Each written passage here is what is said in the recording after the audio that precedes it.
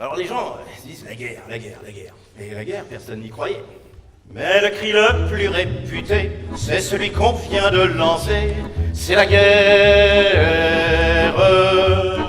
Quand on se plaint chez les commerçants, que tout augmente, ils disent vivement, c'est la guerre. Chez le charcutier, chez le bougnat, et même chez Madame Tire-moi-de-là, c'est la guerre.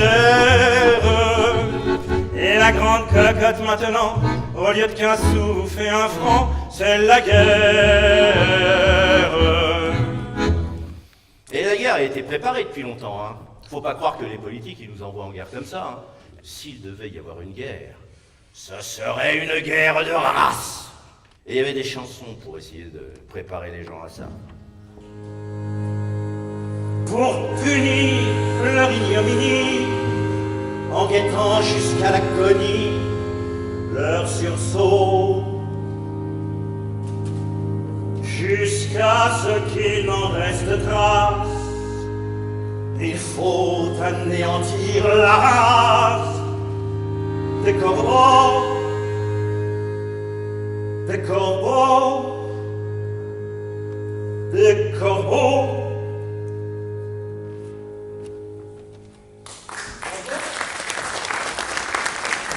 Alors s'il y avait des chansons comme ça, ils ne faisaient pas peur aux enfants, hein. Mais néanmoins, un jour elle est arrivée. Et boum, ça nous tombe dessus. Et le 2 août, on placarde dans toutes les communes la mobilisation générale. Et là, la guerre, qui jusqu'à présent était une chose de la littérature, du débat public, ça va devenir un drôle de son de cloche.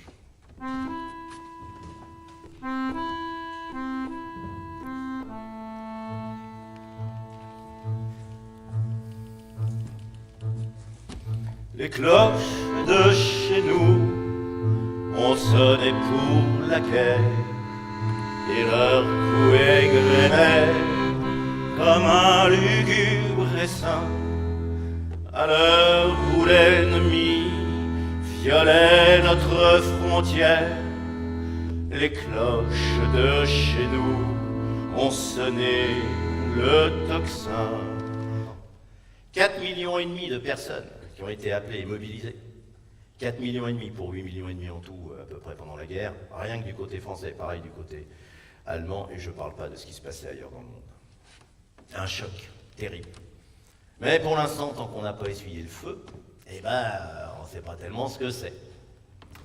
Alors cette histoire, elle raconte l'histoire d'un jeune bourgeois qui rencontre quelques racailles, hein, qui vont un peu le délurer. Hein. T'en fais pas, mon petit gars, t'en fais pas. Tu leur verras, Paname, Paname, Paname, la tour Eiffel, la place Blanche, Notre-Dame, et les boulevards et les belles madames. Tu leur verras, Paname, Paname, Paname. Alors, on les a réunis, puis on les a envoyés au front. Ils sont partis des gares parisiennes, ils ont traversé en train à peu près 200 km. Ils sont passés devant la Marne, vous savez, la Marne à l'époque, c'était déjà les guinguettes. Ils y sont allés, puis ils sont revenus. Ils sont revenus à pied. Hein. C'est la chanson joyeuse, elle nous parle d'amour en cette heure bénie. Bercez, bercez les amants tout un jour, au flot joyeux de la Marne jolie.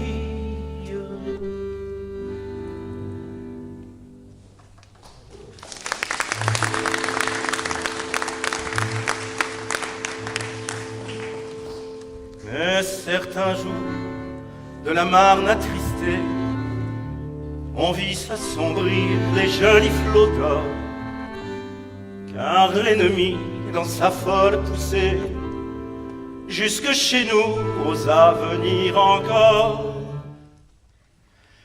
Cette remontée des Allemands, eh bien, il fallait l'empêcher de venir sur Paris. Ils se sont arrêtés à 20 km de Paris, 20 km de Paris, sur les bords de Marne. Et alors, il y avait une théorie militaire. Hein. C'était pour pas reculer, on s'enterre.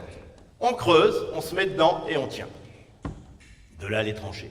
Dans les tranchées de la nuit, lorsque descend la nuit, le brave troupier est couché sur la terre. Dans son sommeil, il oublie sa misère. Et dans ce trou ténébreux, il fait des rêves affreux. Puis il se relève pour veiller à l'ennemi dans les tranchées de la nuit. Arrive l'année 1915. Les fronts sont stabilisés, les Allemands ont récupéré les hauteurs, ils ont construit des systèmes de tranchées imprenables, les Français sont en bas, et pendant ce temps-là, il faut maintenir le moral des troupes.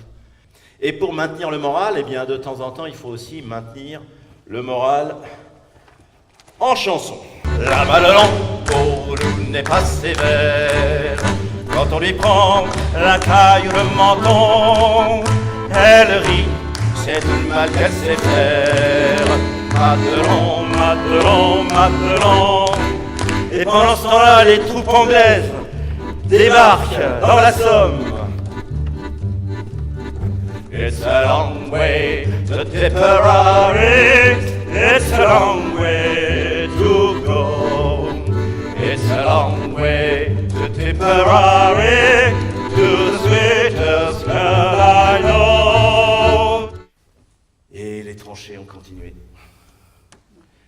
avec le costume bleu horizon. Quels sont les génies qui ont inventé cette couleur dans les tranchées bleu horizon? Oui, c'est parce que comme ça, si on dépassait sa tête, on n'était pas vu. C'est le deuxième hiver dans les tranchées. On sollicite de plus en plus les auteurs. On reprend des airs populaires, notamment un air ici d'Aristide Bruand. L'un de nous est mort joyeux. En nous disant, tout est au mieux. Voilà ma tombe toute piochée dans la tranchée. 1916 arrive, et 1916 arrive avec les grandes batailles, celles dont on se souvient.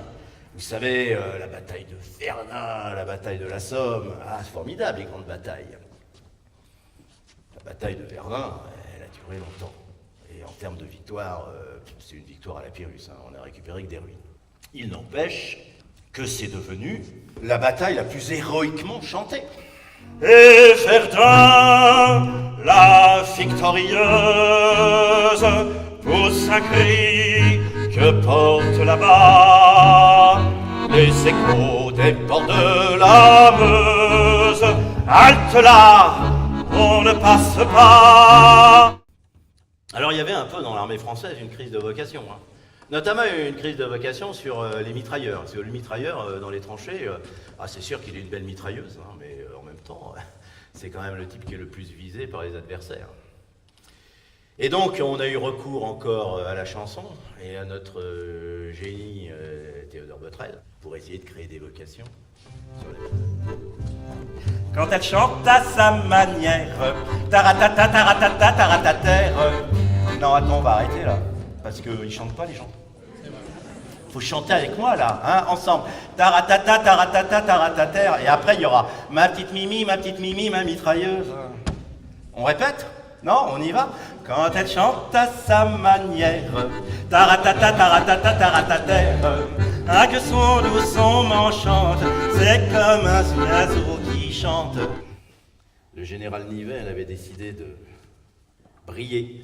Il visait de prendre le commandement interarmé. Il s'était dit que s'il brillait dans une grande bataille et qu'il réussissait à enfoncer les Bruscos en face, il pourrait peut-être réussir ça. Il a engagé cette bataille du chemin des dames, qui a été une boucherie innommable. Il l'a perdue. Les soldats se sont révoltés et certains ont été exécutés. Pétain est arrivé, il a été nommé à la place. Alors c'est marrant parce qu'à Verdun, c'est Nivelle qui avait remplacé Pétain et là c'est Pétain qui remplace Nivelle. À Crâne là-haut, on va se faire descendre sans même pouvoir se défendre. Car si nous avons de très bons canons, les Boches répondent à leur son. Forcés de se terrer au fond des tranchées, on attend le but qui va nous tuer. Adieu la vie, adieu l'amour, adieu toutes les femmes. C'est bien fini, c'est pour toujours, de cette guerre infâme. C'est à Craon, sur le plateau, qu'on va laisser sa peau. Car nous sommes tous condamnés, c'est nous les sacrifiés. Ça y est, l'Amérique est entrée en guerre. L'Amérique est entrée en guerre. Le président Wilson a décidé d'engager la bataille. Eh oui, donc vive l'Amérique, l'Amérique entre en guerre, alléluia. À cette jeune armée, les nations alliées envoient leur plus fraternel salut. Et tous nos gavroches leur ont dit que les Boches ne parlent que de ces nouveaux poilus. C'est mal parti pour les Boches, Guillaume II est foutu. C'est la fin de la guerre. Alors moi, Julius, j'ai cherché des chansons sur la fin de la guerre. J'en ai trouvé quelques-unes, et c'est plutôt des chansons parigotes qui célèbrent les défilés des généraux sur les Champs-Élysées. Il faut faire un bilan à un moment, parce que tout le monde tire la couverture, hein, Pétain, Clémenceau, tout ça. Pour mettre tout le monde d'accord, finalement, on se met d'accord en chansons. C'est plus simple, parce que qui est-ce qui a gagné la guerre?